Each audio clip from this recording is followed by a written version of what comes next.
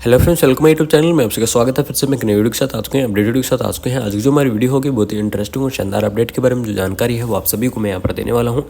आज की जो वीडियो होगी वो होगी टीएमसी की तरफ से आपको यहाँ पर जो परमानेंट वैकेंसी है उसके बारे में यहाँ पर चर्चा करने वाले हैं। यानी कि टाटा मेमोरियल जो सेंटर है या टाटा मेमोरियल जो हॉस्पिटल है उसकी तरफ से आपको यहाँ पर जो वैकेंसी है वो प्रोवाइड की गई है। कितनी आपकी पोस्ट रहने वाली है, कहाँ से आपको अप्लाई करना है, लास्ट डेट के बारे में अगर मैं डिस्कस करूँ तो इस वैकेंसी की जो लास्ट डेट रहेगी वो रहेगी 21 फरवरी। ठीक है, यानी कि 21 फरवरी तक आप क्या कर सकते हैं, इस वैकेंसीज को आप अप्लाई कर सकते हैं। तो वैकेंसीज के बारे में कंप्लीटली जो इन्फॉर्मेशन है वो आप सभी को प्रोवाइड करवाने वाला हूं, तो वीडियो को लास्ट तक देखते रहें। साथ ही साथ अपने फ्रेंड सर्कल के अंदर रेगुलरली शेयर कर दें। एक सबसे बड़ी इंपॉर्टेंट चीज़, जो मेरे फ्रेंड्स नए हैं, जो साथी नए हैं इस चैनल से जुड़े हैं, वो इस चैनल को जरूर सब्सक्राइब करके जाएँ। ठीक है, तो इसके अंदर देख लीजिए जो आपको पोस्ट यहाँ पर दी गई है उसके बारे में यहाँ पर जो चर्चा है वो हम करने वाले हैं। जो वैकेंसी डिटेल, इसका जो एडवर्टाइजमेंट है देख लीजिएगा, जारी कर दिया गया है। स्टार्टिंग डेट की अगर मैं डिस्कस करूँ तो 31 जनवरी, यानी कि 31 जनवरी से इसकी जो एप्लीकेशन फॉर्म है वो स्टार्ट हो चुके हैं और इसकी जो लास्ट डेट रहेगी वो रहेगी 21 फरवरी, यानी 21 फरवरी तक आप क्या करवाएंगे, इस वैकेंसीज को आप अप्लाई कर पाएंगे। परमानेंट आपकी जो वैकेंसी है वो आपके यहाँ पर होने वाली है। ठीक है, देख लीजिएगा टाटा मेमोरियल सेंटर, इसका जो एडवर्टाइजमेंट है वो आपको दिया गया है। पोजीशन अवेलेबल आपको यहाँ पर दी गई है। तो चलिए चलते हैं वैकेंसीज के बारे में। इसमें कंप्लीटली जो इन्फॉर्मेशन आप सभी को ले लेते हैं। पीडीएफ काफ़ी बड़ी है तो सभी कैंडिडेट रेगुलरली इसको वॉच करते रहें, क्योंकि एक एक वैकेंसी के बारे में बताता रहूँगा। यहाँ पर देख लीजिए सबसे पहले मेडिकल ऑफिसर की वैकेंसी आपको दी गई है, पोस्ट 1 रहने वाली है। सैलरी की अगर मैं बात करूँ तो सैलरी आपकी 1,23,000 रुपये तक आपकी जो सैलरी है वो रह सकती है। मेडिकल ऑफिसर की पोस्ट आपको देखने को मिल जाएगी। एज लिमिट के बारे में अगर मैं डिस्कस करूं तो 50 ईयर इसकी जो एज लिमिट है वो आपको यहाँ पर देखने को मिलेगी। ठीक है, एजुकेशन क्वालिफिकेशन के लिए एमडी या डीएनबी या फिर जो डीएनबी एक्सपीरियंस या एमडी कैंडिडेट हैं वो इस वैकेंसीज को अप्लाई कर पाएंगे। उसके बाद में दूसरी मेडिकल ऑफिसर की है, प्लास्टिक सर्जरी के डिपार्टमेंट के अंदर काफ़ी सारी अलग अलग पोस्ट है। मेडिकल ऑफिसर रेडियोग्नोसिस के अंदर है, उसके बाद मेडिकल ऑफिसर रेडिएशन ऑन्कोलॉजी के अंदर है। तो काफ़ी सारी जो मेडिकल ऑफिसर की पोस्ट है वो इसके अंदर दी गई है। तो जो भी इंटरेस्टिंग कैंडिडेट है, अगर एमओ की पोस्ट के लिए अगर आप अप्लाई करना चाहते हैं परमानेंट वैकेंसीज के लिए, तो आप इस वैकेंसीज को अप्लाई कर सकते हैं। अगर कोई कैंडिडेट देख रहा है एमबीबीएस या एमडी कैंडिडेट इसको विजिट कर रहा है तो वो जरूर इस वैकेंसीज को आप क्या कर पाएंगे, अप्लाई कर पाएंगे। ठीक है, लेकिन आप सभी के लिए जो सबसे इंपॉर्टेंट है वो है नर्स की वैकेंसी, और उस नर्स की वैकेंसीज के बारे में आपको जानकारी है वो आप सभी को यहाँ पर मैं देने वाला हूँ। तो यहाँ पर देख लीजिएगा नर्स एक ही आपको जो पोस्ट है वो आपको यहाँ पर दी गई है। इसके अंदर जो सैलरी आपकी रहेगी, सबसे इंपॉर्टेंट है, सैलरी बहुत ही ज़बरदस्त रहने वाली है। सैलरी रहेगी 44,900 रुपये, तो आपका बेसिक रहता है। प्लस इसके अंदर क्या जुड़ेगा, अनाउंस, यानी कि जितने भी आपके अलाउंस हैं वो सभी अनाउंस जुड़ेंगे। सेल 1 इसके अंदर जुड़ेगा, तो इसकी जो सैलरी आपकी पहुँच जाएगी वो पहुँच जाएगी 65,000 से लेकर 70,000 के आसपास आपकी जो सैलरी है वो यहाँ पर पहुँच जाएगी। ठीक है, तो बहुत ही अच्छी खासी आपकी सैलरी रहने वाली है। परमानेंट आपकी जो वैकेंसी है वो आपको यहाँ पर देखने को मिलेगी। एज लिमिट के बारे में अगर मैं डिस्कस करूँ तो 30 ईयर इसकी जो एज लिमिट है वो रखी गई है, यानी कि 30 साल वाले जो कैंडिडेट है वो इस वैकेंसीज को अप्लाई कर सकते हैं। ठीक है, बात करें एज लिमिट के बारे में यहाँ पर डिस्कस कर लेते हैं। तो एज लिमिट पर यहाँ पर देख लीजिएगा जनरल नर्सिंग मिडवाइफरी डिप्लोमा, यानी कि जीएनएम वाले जो कैंडिडेट है वो इस वैकेंसीज को अप्लाई कर सकते हैं। उसके बाद में जो बीएससी नर्सिंग कैंडिडेट है और पोस्ट बीएससी नर्सिंग कैंडिडेट है वो भी इस वैकेंसीज को अप्लाई कर सकते हैं।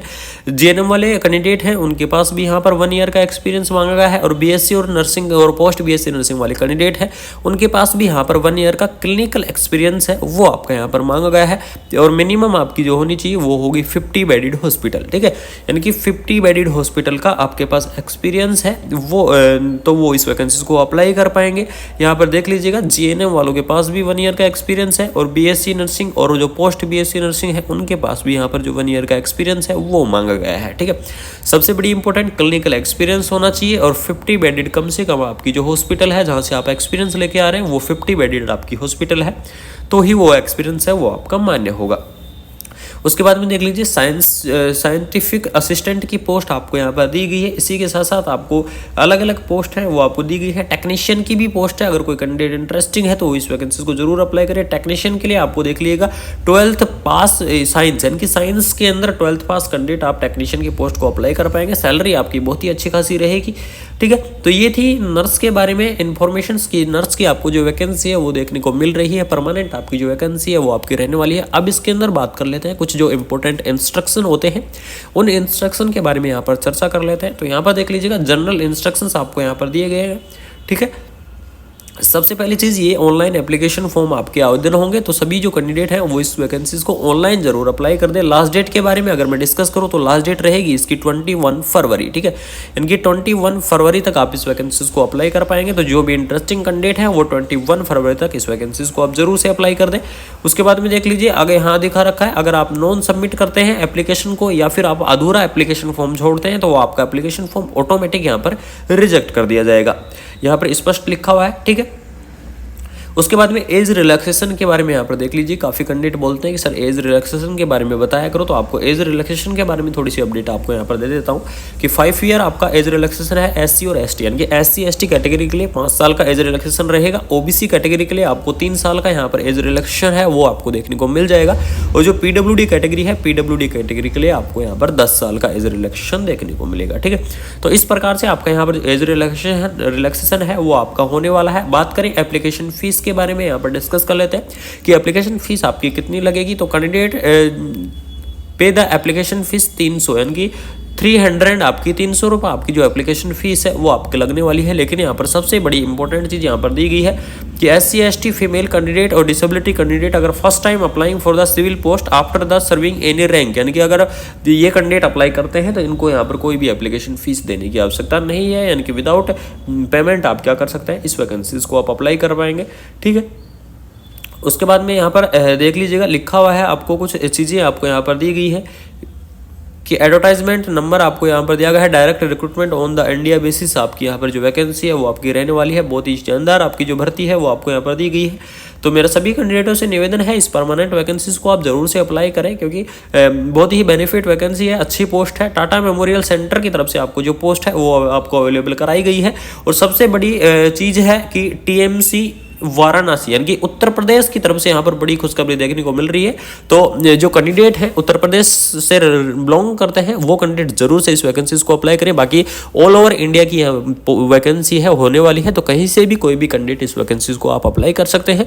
तो वैकेंसीज के बारे में कंप्लीटली जो इन्फॉर्मेशन है आप सभी को दे दी है। अगर वीडियो अच्छी लगी तो चैनल को subscribe and bell icon on करते जाएं, जिससे ऐसे अपडेट वीडियो हम आपके पास टाइम से लाते रहेंगे। थैंक यू सो मच, जय हिंद। एडवर्टाइजमेंट नंबर आपको यहाँ पर दिया गया है। Direct recruitment on the India basis आपकी यहाँ पर जो वैकेंसी है वो आपकी रहने वाली है। बहुत ही शानदार आपकी जो भर्ती है वो आपको यहाँ पर दी गई है।